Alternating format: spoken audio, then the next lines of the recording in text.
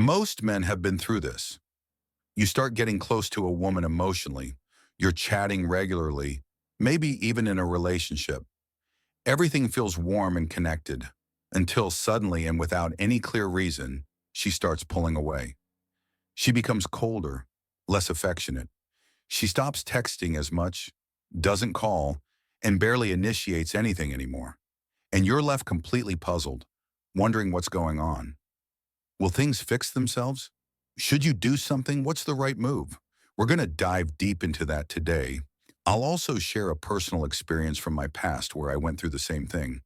But to not just understand this topic intellectually, but really feel it, I want you to imagine something. Think back to school. It's recess. The classroom's a madhouse. Everyone's shouting, laughing, running around. A couple of nerdy kids are quietly talking in a corner. You're entertaining yourself however you can. Then suddenly one of the cocky classmates provokes you. He shoves you. You push back. And just then, a teacher walks in. You both go back to your seats like nothing happened. Now the room is tense. Everything seems quiet, but there's pressure in the air. You glance at him. He looks back at you. You want to whisper something like, "You're dead after school," and he's probably thinking the same. But neither of you says anything. And it's that silence, that uncertainty that gets under your skin. Everyone knows this feeling, that intense not knowing. It makes you nervous, even if there's technically nothing happening. Honestly, it would be easier if you both just threw punches in the hallway than sit in that tense silence, waiting for something that may or may not come. The conflict is already alive, but now you don't know how to respond. If you stay quiet, you seem weak. If you go after him, people might call you unstable. Meanwhile, that guy just watches you squirm during class, silently enjoying the power he holds. You're sitting there, unable to focus on anything except one question. Is he going to hit me? Should I hit him first? Or will nothing happen? That exact same emotional pressure is what you feel when a woman suddenly becomes distant. Then she might suddenly act sweet again, only to pull away once more. This back and forth can happen after just one date, after months or even after years of being together. It's like walking across a snow-covered frozen lake. It looks fine on the surface, but beneath your feet, something's always cracking. Every step might send you plunging into the freezing water. You can sense something is off, but you don't know what. And since she hasn't actually done anything wrong, like cheating, it feels like there's no real reason to walk away. But the uncertainty builds, and it starts driving you crazy. That constant stress pushes your mind into overdrive. You obsessively analyze her behavior, trying to make sense of it. You just want answers. Remember old computers? When one program froze, it would hog all the system's resources. You'd press Control plus Alt plus Delete, open Task Manager, and see that one glitchy app slowing everything down. You'd try to force it to close, but it wouldn't. Some people would get frustrated and smash the keyboard, kick the case, shake the monitor. Others would calmly shut down all unnecessary processes. Or, if all else failed, they'd hit the reset button. Now imagine your brain stuck like that, stuck on one unresolved issue. You can't think straight, can't do anything productive. Your entire system is frozen by this one emotional program stuck on repeat. That's why back in school, some guys would rather throw a punch than keep dealing with the mental tension of not knowing. Confronting the problem directly, even violently, felt easier than enduring uncertainty. There was always that one quiet kid too, the one who kept it all bottled up. He tried to stay calm until he snapped. He'd throw chairs, scream, and finally collapse on the floor crying. But he wasn't crying because he was hurt. He was breaking down because of the mental pressure, the uncertainty. His mind was spinning. Why are they laughing at me? What do they want from me? And a lot of guys will see themselves in that moment. Maybe you've been that man, yelling at a woman, slamming doors, banging your fist on the table, and we both know what happened after that. You cried, especially if she tried to walk away while you were in the middle of your meltdown. That kind of outburst is almost inevitable. The brain eventually overheats from unsolved emotional tension. The human mind treats unresolved conflict as a constant, looming threat. It becomes a kind of quiet panic. Back in school after a fight, you'd spend every break thinking, is he going to hit me now? And in relationships, the same fear appears, except now it's, she might leave me any second. And those words, might and any second, are the roots of anxiety. This kind of uncertainty is deeply damaging to your mental state. In fact, do you know where uncertainty was intentionally used to break people? In concentration camps. One of the fastest ways to destroy a person's willpower was to surround them with complete unpredictability. Prisoners were given strict rules, then punished no matter what they did. They were told not to raise their voice, or they'd be beaten. But then a guard would come in and order them to shout their name. If they obeyed, they were beaten. If they stayed silent, same thing. This created a permanent state of anxiety. Every action led to punishment. Over time, even the strongest people would break. When the Allies liberated Dachau in 1945, some prisoners didn't leave for weeks. Even though the gates were open, their will was so shattered they couldn't walk out. They were still frozen by fear of random punishment. Imagine being in a place where the rules contradict themselves. For example, prisoners were forbidden from raising their voices. Doing so would get them beaten with a baton. But then an officer would walk in order them to shout their name. If the prisoner obeyed and yelled it, he got hit. If he disobeyed and stayed silent, he still got hit. This created a constant sense of dread, where no matter what choice you made, you lost. It broke down even the strongest, smartest, and most stable individuals. A person who expects punishment for any action begins to feel permanently guilty, ashamed for just existing. And even when the gates of that prison open, they can't bring themselves to leave. Their spirit is shattered. When the Dachau camp was liberated in 1945, some inmates stayed behind for weeks. Their minds were so broken that freedom itself felt dangerous. They still feared punishment out of nowhere, like they were trapped in a system that no longer existed, but continued to live in their heads. Now think about what happens when a woman in a relationship acts like that system. One day she says you don't give her enough attention. The next she complains that you're too present and tells you not to message her. This behavior mimics the same emotional environment as a psychological prison. The only difference is, with her, you can leave.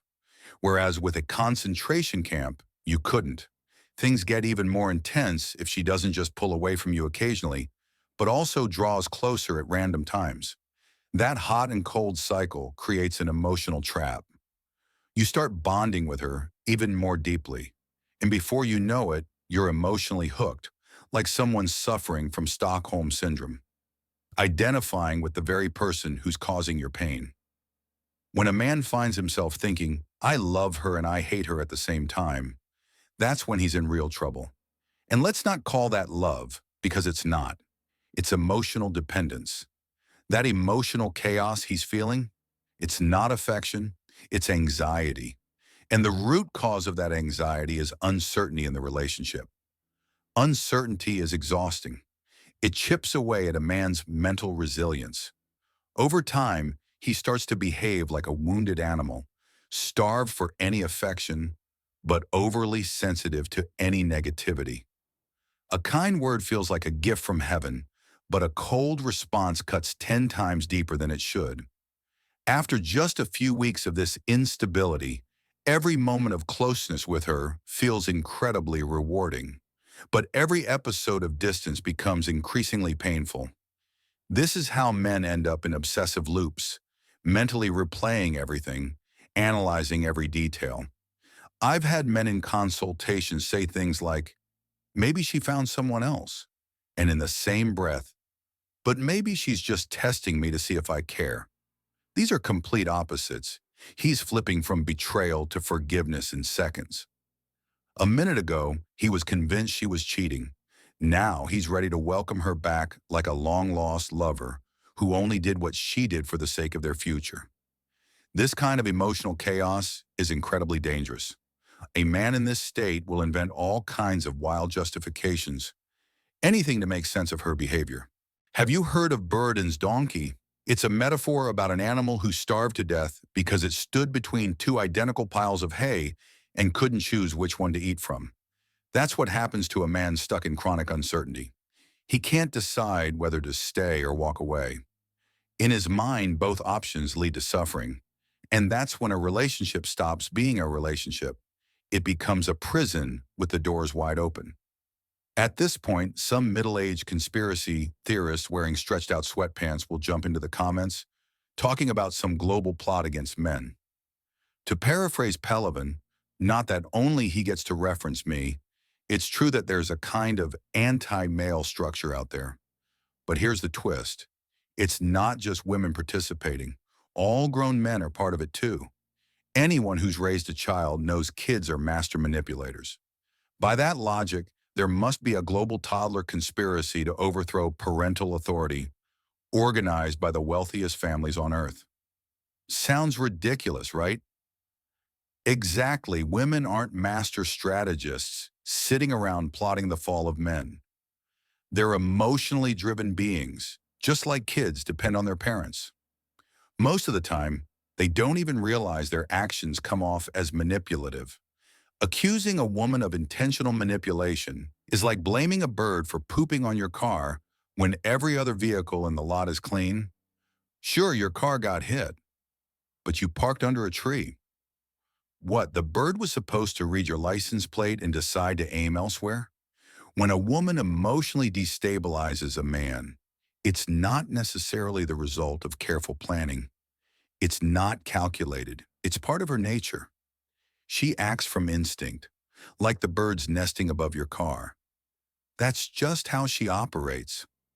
A woman often acts the way she does simply by instinct. Just like birds don't plan where they land.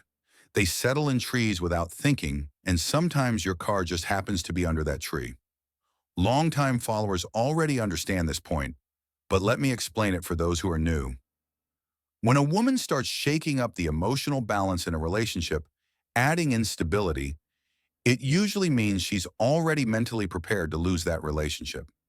If a man responds by trying to rationalize it, maybe I didn't give her enough attention, or her friend probably told her something, or it's just bad timing, he becomes like Buridan's donkey again, unable to act and stuck in indecision. So stop draining your mental and emotional energy. That uncertainty you're suffering from, you're feeding it yourself by doing nothing.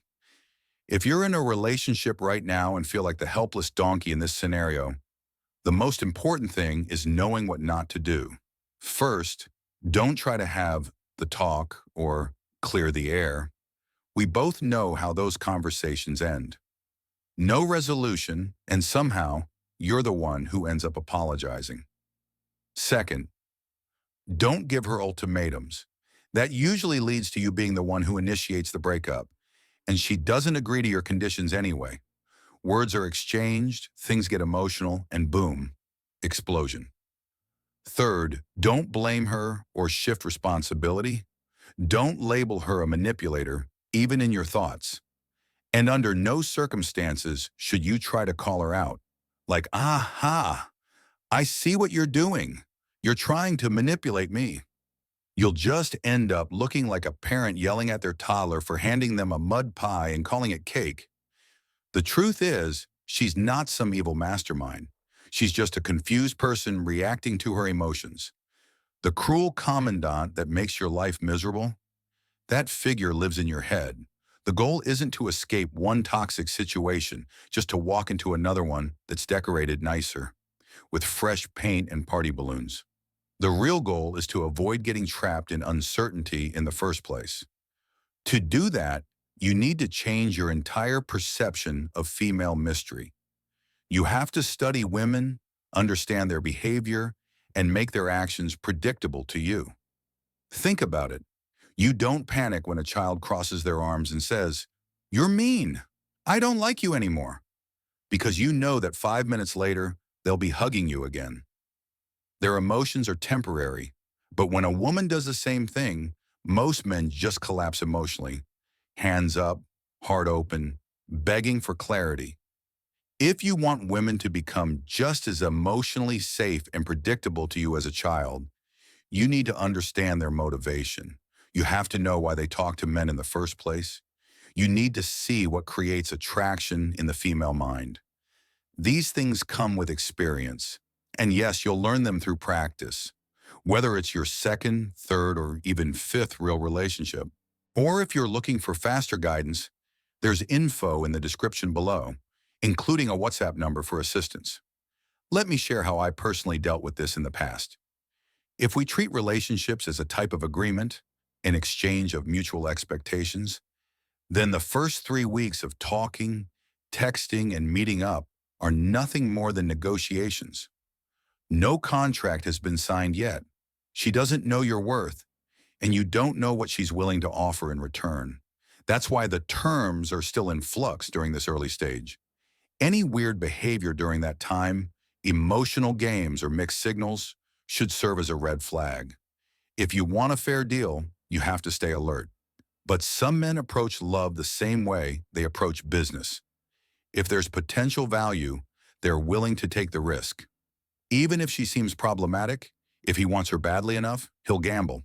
And that's fine, as long as you understand the terms of the risk. Then all that matters is what's happening right now, not what could happen or what you wish would happen. Once the contract is finally agreed upon, meaning the relationship becomes official, it's time for both parties to uphold their end of the deal. But if one side, usually the woman, stops honoring those agreements, what are your options? Can you go back to the table and try to remind her of what you agreed on? Shame her into compliance? That's foolish. It doesn't work. Trying to reason with someone who has already become vague, distant, or emotionally unstable is like trying to have a business meeting with someone who's secretly planning to betray you. Imagine you have a business partner who's debating whether to pay you or ghost you. Would you honestly expect to solve that over coffee and a chat? It's not happening. Not anymore. So what's the correct response? Well, the answer always involves creating some distance. But how much distance depends on the situation. Sometimes it's minimal, other times it's significant. And in some cases, it may require total disconnection or even ignoring her altogether. And by ignoring, I don't mean playing games. I mean genuinely recognizing that the relationship, as it stands, is no longer working. You're not going to force it to continue under the same broken terms. You may reconnect again later, but only on new terms, after a meaningful break. Let me give you an example that many people will recognize.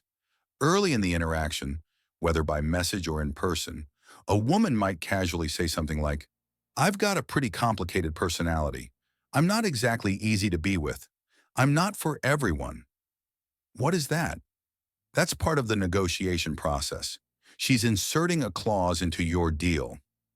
If you ignore that warning, you lose the right to complain later. You can't ask for special treatment when things get rough, because she told you how she was, and you agreed to proceed anyway. So yes, you should respond to these moments. But don't respond with negativity. Any kind of negative reaction at this point will just ruin the connection. Personally, I usually lean towards something like, "Relax, we're not getting married. Let's just enjoy the time." Now she starts reconsidering her position, maybe even adjusting her behavior to fit the energy you're putting out. If uncertainty shows up early in the relationship, it's usually a way for her to test her own value, like she's seeing what she can get away with. But if uncertainty appears 5 to 8 months in, it's often a sign of declining respect or fading emotional investment. And if uncertainty arises after years of partnership, that's often a sign she's mentally preparing to hit reset and start over with someone else.